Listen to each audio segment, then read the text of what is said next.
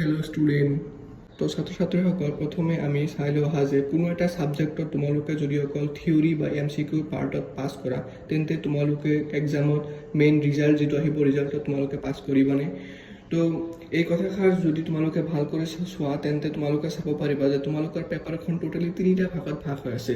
প্ৰথমে তোমালোকৰ যিখন প্ৰেক্টিকেল আছে, প্ৰেক্টিকেলৰ কিন্তু 5 মাৰ্ক আছে।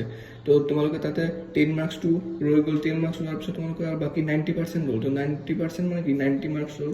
90 মাৰ্কছৰ ভিতৰত তোমালোকে 45 মাৰ্কৰ MCQ পাবা আৰু 45 মাৰ্কছৰ থিয়ৰী পাবা। তো তোমালোকে বহুত দুটা ছেকশ্যনত তোমালোকে 45ৰ ভিতৰত মিনিমাম তোমালোকে 13 মাৰ্কছ কেৰি কৰিব লাগিব, বহুত MCQ আৰু থিয়ৰীটো। তো তোমালোকে দুটাতে 13 মাৰ্ক পালেহে তোমালোকে পাছ কৰিবা।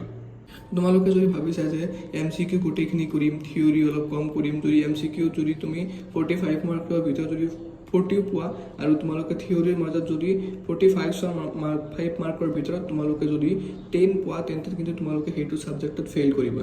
তো তোমালোকে বহুত দুটা ছেকশ্যনতে তোমালোকে ভাল কৰি এটেম্প কৰিব লাগিব, যাতে এটলিষ্ট তোমালোকে 13 এবভ পোৱা, 13ৰ ওপৰত পোৱা। তো 13ৰ ওপৰত পাব গ'লে তোমালোকে ভাল কৰি বহুত থিয়ৰী আৰু MCQ দুটাই চাব লাগিব। তো এটা বাদ দি আৰু এটা পঢ়িবা যে অকল থিয়ৰী পঢ়িম, হেৰি নকৰোঁ, MCQ নকৰোঁ, MCQ কৰিম, থিয়ৰী নকৰোঁ। তো এনে কৰিলে নহ'ব। তোমালোকে দুটা ছেকশ্যনতে ভাল কৰি মন দি দুটাই পঢ়িব লাগিব, যাতে দুটা ছাবজেক্টতে তোমালোকে কমচে কম 13 মাৰ্কছ পোৱা।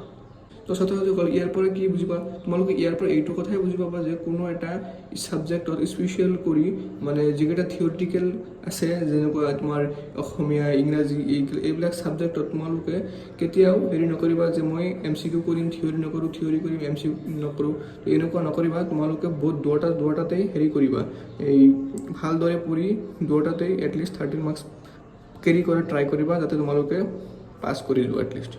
আৰু ছাত্ৰ-ছাত্ৰীসকল, তোমালোকে চিন্তা কৰিব নালাগে যে এক্সামখন বহুত টাফ হ'ব, এক্সামখনত মানে হাৰ্ড কুৱেশ্যন আহিব। তো এনেকুৱা কোনো কথা নহয়।